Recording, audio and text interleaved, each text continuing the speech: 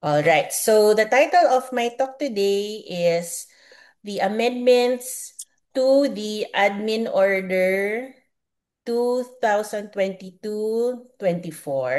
I will focus on adult guidelines only. I would like to introduce ano ba yung dalawang guidelines na to, no? Kasi pag-uusapan natin yung original, which is this one, AO 2022-24. Ito yung treatment guidelines natin na kung saan binibase natin yung ngayong polisiya natin. Ito ay napirmahan noong June 30, 2022. Kakalabas lang ngayong November 5 yung amendments, no, to this guidelines. Ano ang bago sa guidelines dati na kailangan nating intindihin ngayon dahil ito yung mga nag-a-affect sa atin directly. So, una, meron na silang inintroduce na bagong definition of terms. So ito yung una kong gustong pag-usapan natin kasi merong mga bagong terminolohiya na wala sa original na guidelines. Una, ang unang term, viral suppression. Originally, ang statement sa guideline is ito. Sabi nila sa definition, viral suppression refers to an undetectable viral load of equal to or less than 50. Okay, so in this statement, makikita mo na dalawa yung term. There's viral suppression and there's undetectable, no? Ngayon kasi, magkaiba itong dalawang to na terms. Pero sa inamyenduhang guideline, ang viral suppression is defined as less than or equal to 1,000. Okay, originally, sabi nila it's less than 50. Ngayon, ang tanong, bakit Pafu. magkaiba na yung definition niya ngayon? Kasi noong 2023, naglabas ang WHO ng policy brief on new definitions of viral load. Tatlo ang definitions or interpretation ng viral load. Una is undetectable. Ang ibig sabihin nito is nakalagay doon sa resulta nyo, not detected.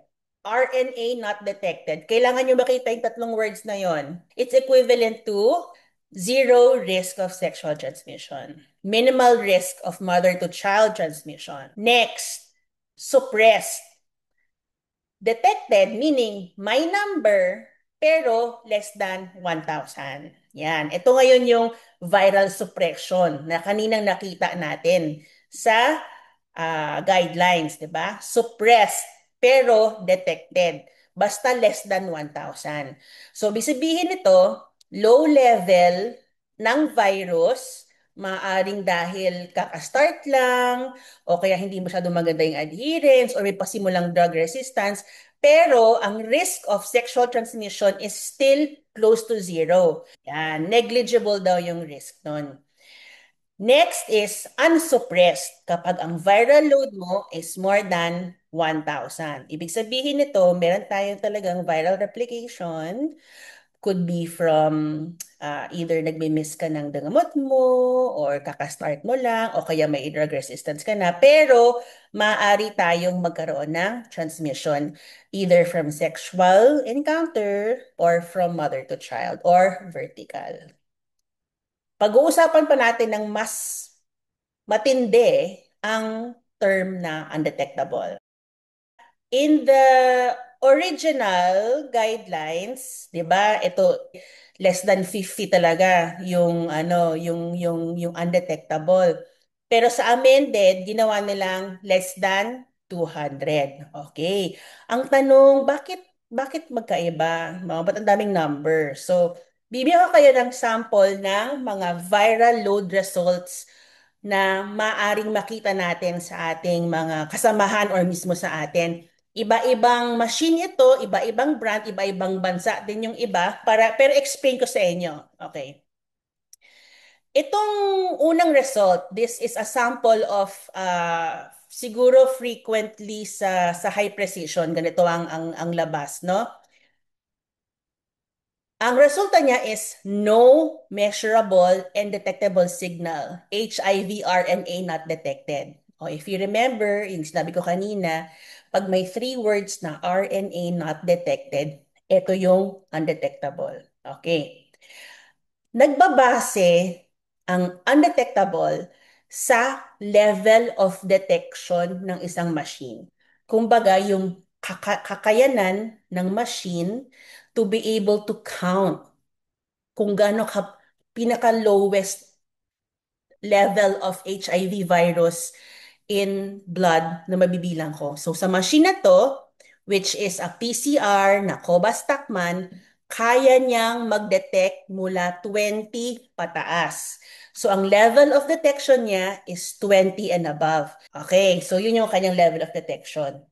Ang next natin is gawa sa Thailand, no? Sa kanya, multiplex real-time PCR. Siya rin, less than 20 ang level of detection niya. Okay. Sa kanya, ang basa rin niya is no HIV RNA detected. Ito, number three, ito ay sa Makati Med. Okay. Sa Makati Med, yung machine nila, ang level of detection is ito, 34 copies and above. Kaya, kaya niyang maglabas ng number na 49. Ang term na undetectable, officially, is when you see not detected. Ito, binigyan ka ng copy, binigyan ka ng number 49.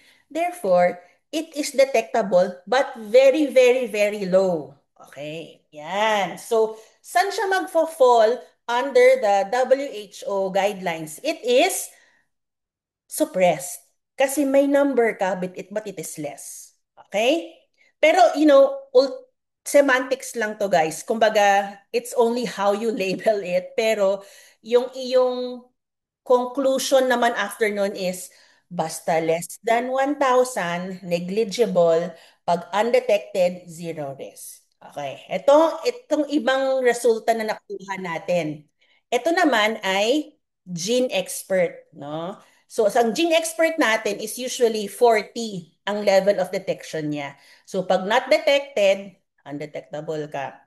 Oh, so ito rin. So ito naman ay galing sa TDF, no? Ang TDF nagbibigay sila ng mga interpretation. Pag sinabi ng kanilang interpretation is HIV RNA not detected, ibig sabihin it does not contain the HIV RNA. Pero pag sinabing less than 40, yung result dito, less than 40, na detect siya pero it is below the measurement ng kanilang machine. Okay? So technically, depende yan sa level ng machine. Okay. Ito ang mga available na viral load machine sa Pilipinas. Inisa-isa na ng DOH. Meron tayong gene expert na Cepheid na kung saan ang level of detection nila is 18.3, 20, meaning good. It can detect low, low, low, low levels of the virus, which is helpful for us clinicians if we want to check kung effective ba yung gamutan. Okay? Okay sa amin yan. We like that. Kaya nga may siyang gold trophy for having a low level of detection. Itong abot, no? Ang level of detection niya is 800. Ngayon, meron tayong dalawa din na Cobas na galing naman sa Roche. Ang kanyang level of detection is from 14.2 hanggang 43.9, saka 13.2 hanggang 35.5. Okay na ako dito. Kasi ang gulang naman natin, 'di ba, is sabi nga sa guidelines natin, basta less than 200, okay na tayo diyan. So, importante, malaman ko kung lalampas siya ng 200 na viral load. Kasi doon na ako mag-iisip, nagkakaroon na ba kami ng panimulang resistance? Nagkakaroon ba siya ng problema sa pag-inom ng gamot dahil may problema tayo sa adherence? Yung mga ganong bagay ba? Hindi ko yan malalaman kung masyadong mataas ang level of detection ng aking viral load machine. Okay. Ang next na criteria ng mga viral load machine natin ito.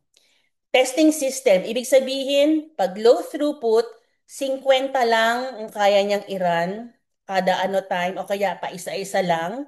Pag high throughput, para siyang laboratory. Pwede siya mag-run ng mas maraming specimen ng sabay-sabay. Okay.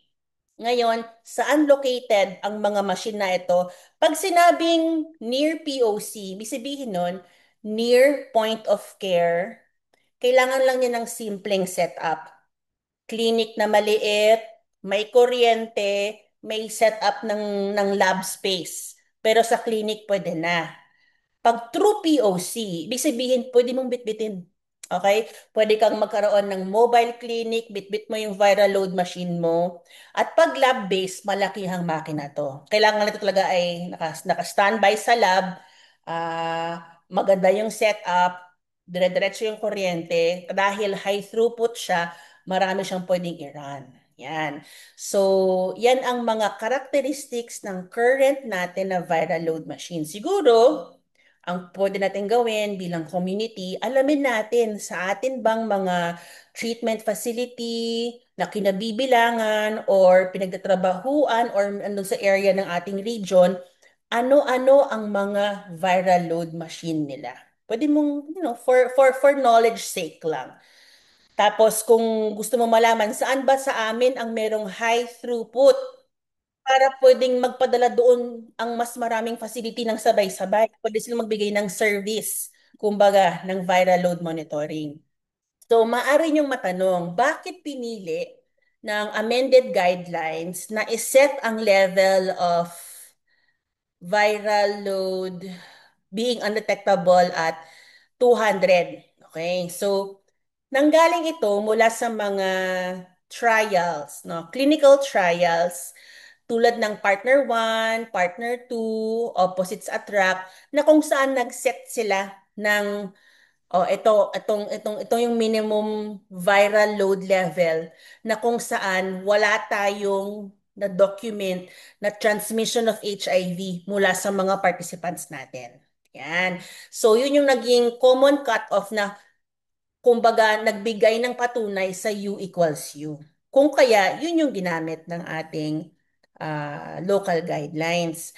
At usually, ang 200 din, ang viral load na sineset naming mga clinicians para i-define ang certain patterns of the viral load trends of our patients. Example, itong virologic blip. Okay? Ang blip ay kung nagva-viral load ka ng madalas, no? Kunyari UD, tas may isa kang mataas, pero hindi siya naabot ng 200, siguro mga nag-150 ka, pero bumaba ka rin sa UD. Yung pagkakataong tumaas na yon, pero bumaba sa pagka-UD, blip ang definition namin yan. Ang blip is clinically insignificant, meaning wala sigurong epekto yun. No? Hindi siya nagko-cause ng transmission.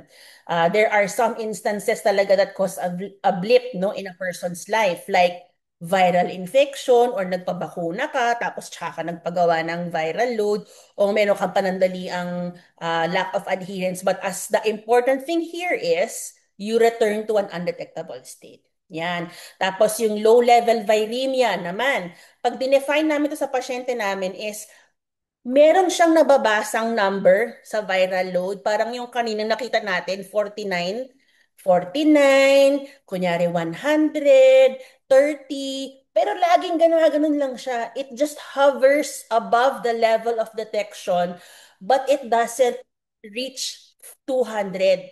For us, that's low-level viremia. It's important because siguro meron tayong nakikita ditong drug resistance pero weak.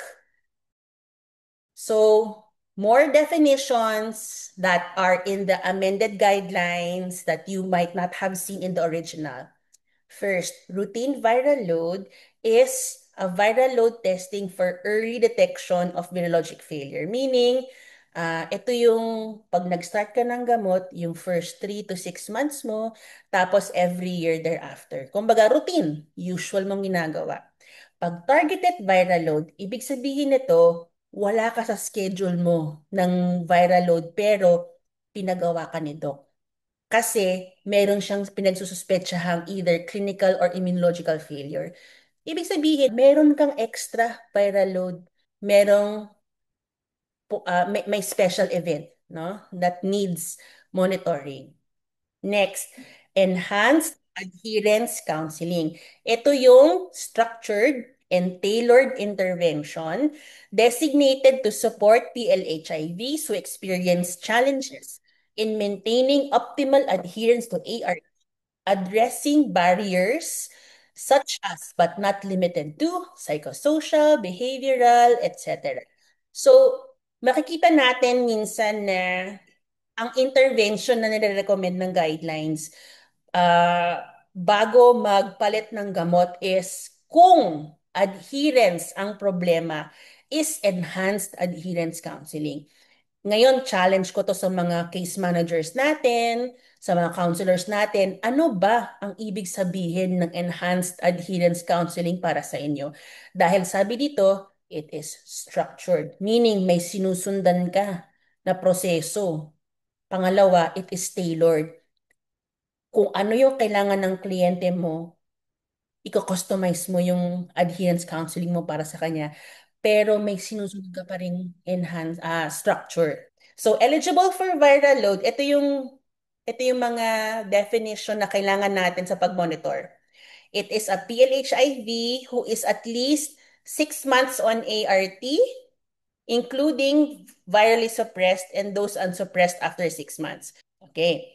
VL naive is a PLHIV on ART who is eligible for VL but has never had VL testing. So ang goal natin as a program is lahat ng eligible ay mabigyan ng viral load at wala sana tayong VL naive more than 6 months on ART. Kasi dapat bini-VL na sila. Okay? Sana yung mga treatment hub natin, lahat may access to viral load. You don't have to have a machine. You just have to have a network where you can submit your specimens for viral load.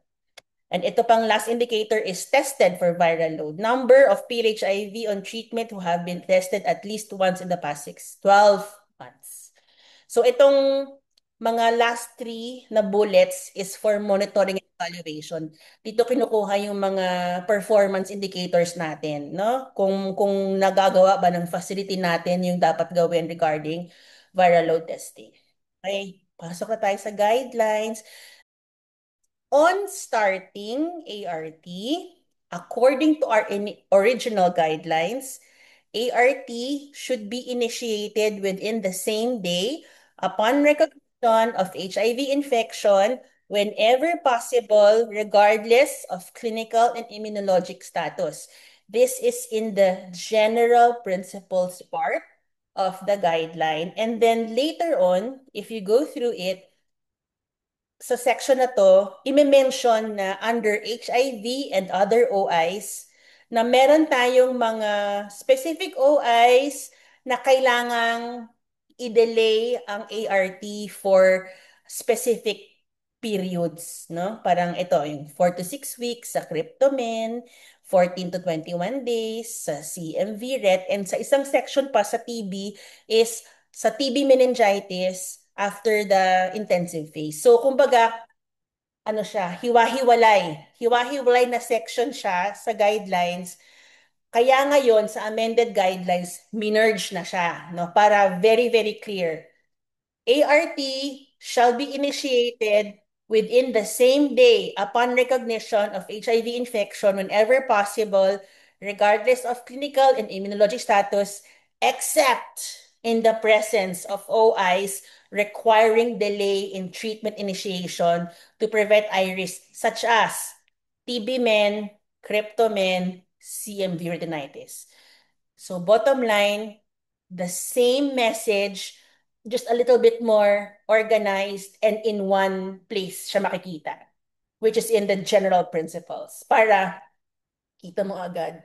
Sa amended guidelines, binanggit na regarding starting ART, ang pagkuha ng RIVDA result, which will give us the confirmatory test, should not be a reason to delay ART, except if your screening test was a false positive, like in a pregnant woman. Next. Ngayon, anong ART naman ang isa-start natin? So sa original natin, ang sabi is TLD. No, you're all familiar with this regimen. No, it's tenofovir disoproxil fumarate, lamivudine, and dolutegravir. So these are for ano adults, adolescents, children, and infants aged 4 weeks and older or weighing more than 3 kilograms. Sa inamyendohang guideline, TLD, or may option ka to give tenofovir alafenamide. Now, if you don't know what tenofovir alafenamide is, it is a prodrug of tenofovir, which is the more kidney-friendly form, no, of tenofovir. So, kunyari, meron tayong mga pasyente na merong risk factor for kidney disease. Meron sila sigurong hypertension, may diabetes, o na-document na mataas na yung CREA nila even before starting ART, may choice yung mga doktor to start them already on TAF. Sa mga hubs ay pwedeng bumili ng TAF para sa mga kidney patients namin, pero binabayaran yon ng ating OHAT. Hindi pa siya parang free. Okay? Ngayong nasa guidelines na siya, aandar na yung proseso para ma-purchase siya ng free ng gobyerno. Hindi ko alam kung nakikita nyo to ha, pero meron lang tinanggal itong part na to, yung may cross out regarding sa pag-take ng dolutegravir ng ating mga pregnant or women of childbearing age or potential. Tinanggal itong part na if they had been fully informed of the potential increase in the neural tube defects at conception. In other words, whether our patients are pregnant or who plan to get pregnant, dolutegravir is a safe drug. So tinanggal na yung parang hesitancy natin regarding giving dolutegravir in our female population. Okay, next. Sa alternative ART regimens. So sa original, pwede daw tayong gumamit ng LTE kung hindi pwede ang patient natin sa TLD.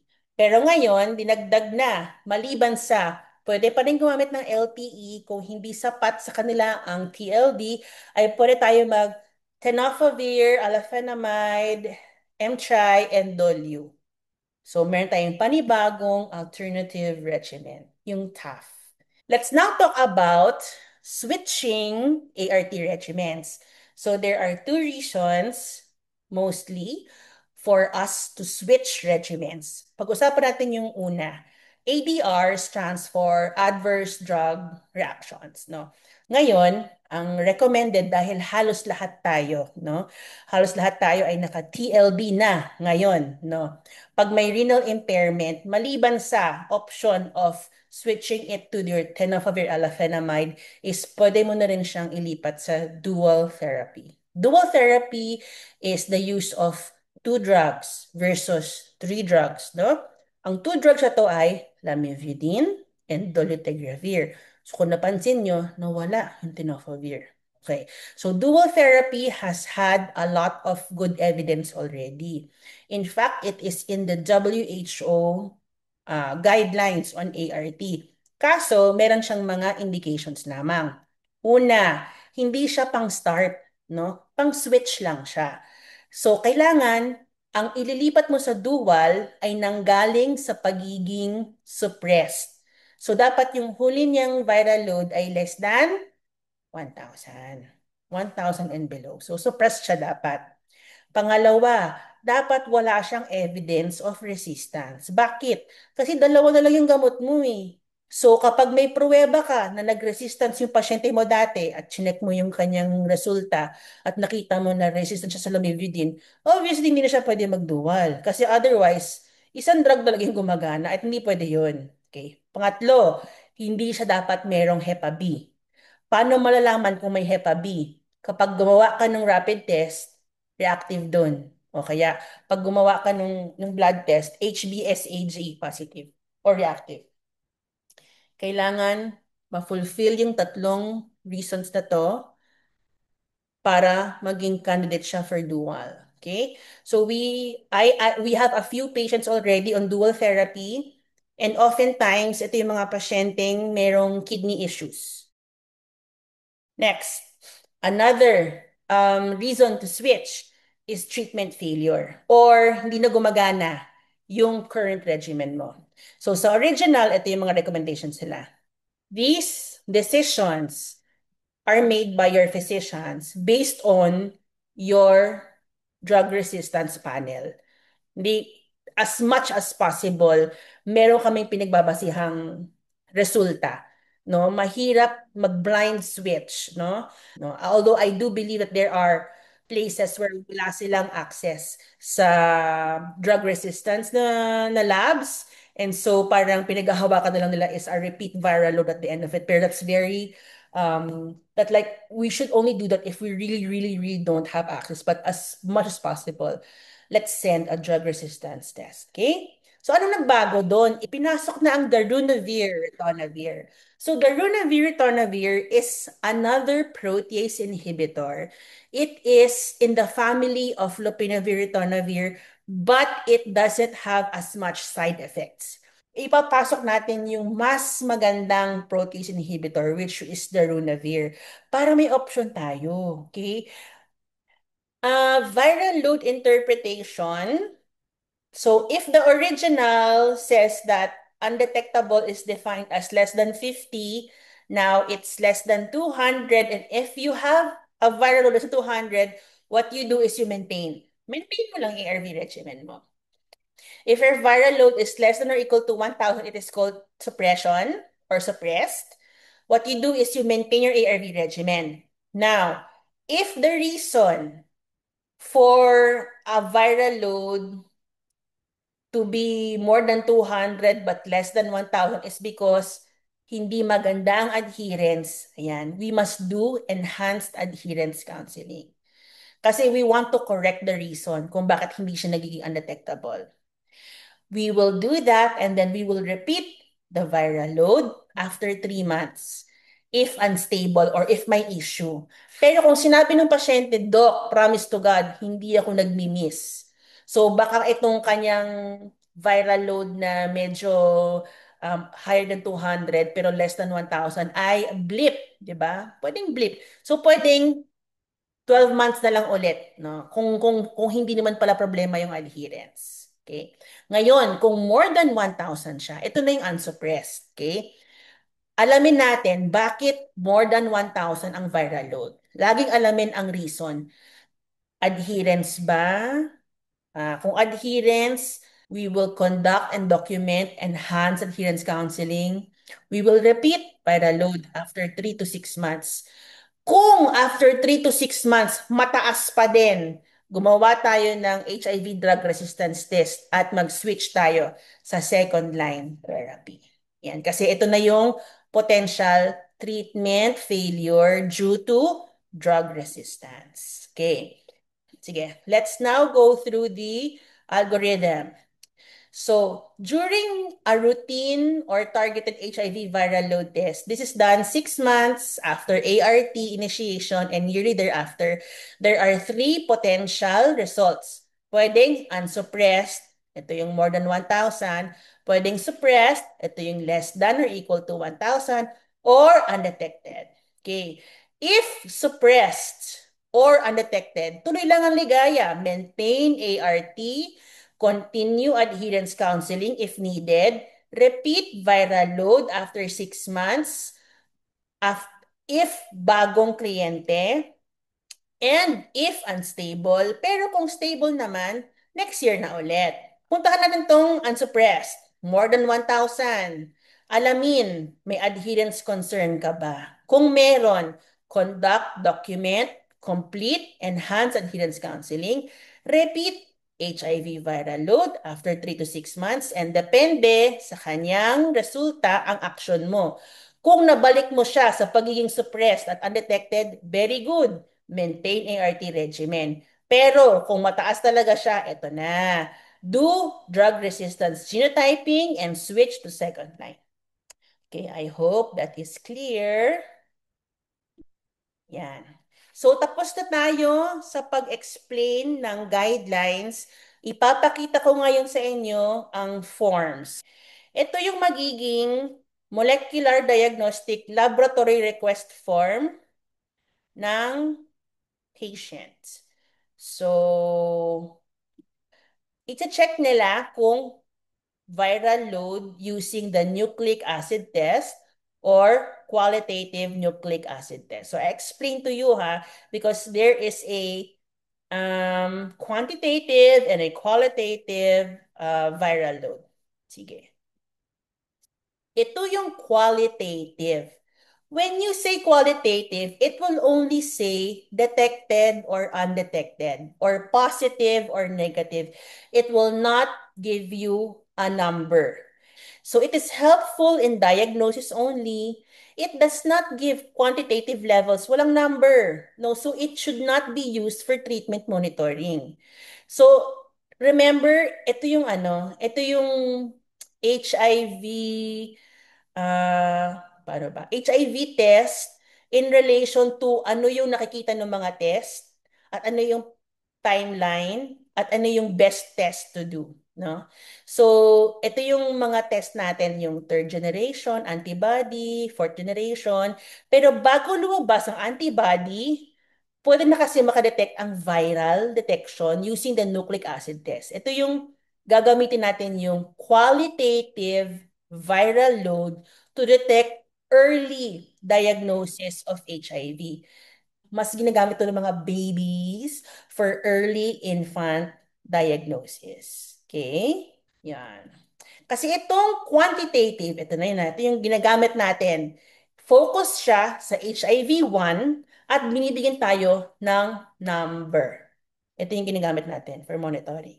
Ilalagay nila dito yung result. Ayan. Pag not detected, ibig sabihin yan detected. Tapos pag binigyan ka ng number, pero yung number mo is less than 1,000, ibig sabihin, virally suppressed siya.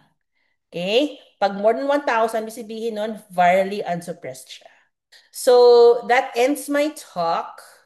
Meron ba kayong mga katanungan?